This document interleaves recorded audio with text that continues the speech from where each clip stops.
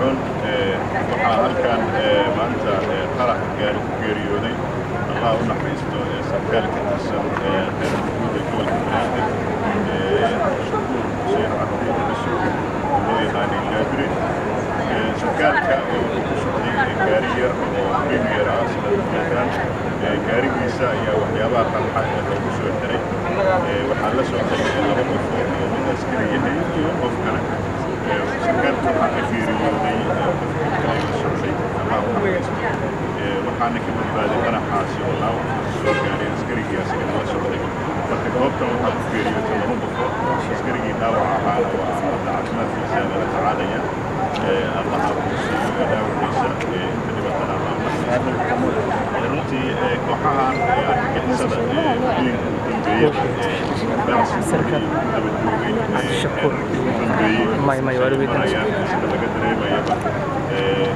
runtii waxyaabaha muddooyinkan ay wadaan waxay ahayd in ay gaari ay waxyaabo qarxa ay ku xiraan inay goobaha muddooyinka ay dhigaan waxyaabaha qarxa gawaarida kusoo koodan laakiin ciidamadeena ammaanka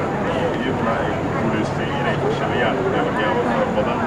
oo runtii dhibaato lagu geysan lahaa ee shacabka ku dhaqan ee gobolka Banaadir waan ku mahadcelinaynaa dadaalka ay sii wadaan waxaan kaloo ku mahadcelinaynaa taliska booliska ee degmada Xilweyn oo runtii markii halkaan ay ku dhaceen ku soo baxay halkaan markii laga qaaday dadaalkoodiina waan kaga mahadcelinaynaa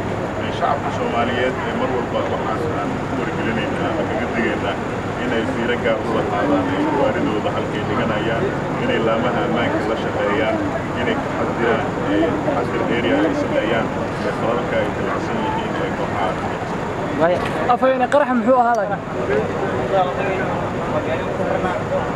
sidaan idin sheegaba gaarigan sarkaal watay qaraxa waa lagu soo xiray qaraxa lagu soo xiray ama ahayd afayna waxaan la soconnaa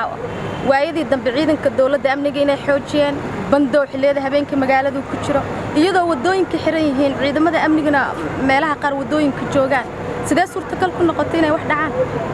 dareemi kartaa naflacaarinimada meesha ay marayso in ay amnigii lagu guulaystay in la sugo amniga markii aad aragtana in gawaarida wax lagu xirayo mise baca yaryar oo waxyaabo qarxa in la soo qaado meel la dhigayana waxaad dareemaysaa inay u suurtagelaynin inay waxyaabo intaas kasii weyn ay fuliyaan way damacsan yihiin in waxyaabo intaas kasii weyn ay fuliyaan laakiin laamaheena ammaanka oo dadaalkooda sii laba jabaaray ku raad jooga aysan u suuragelaynin in waxaasi inta badan ay halkan ay ka sameeyaan waxyaabahan yaryar ay sameynayaan waxaan rajaynaynaa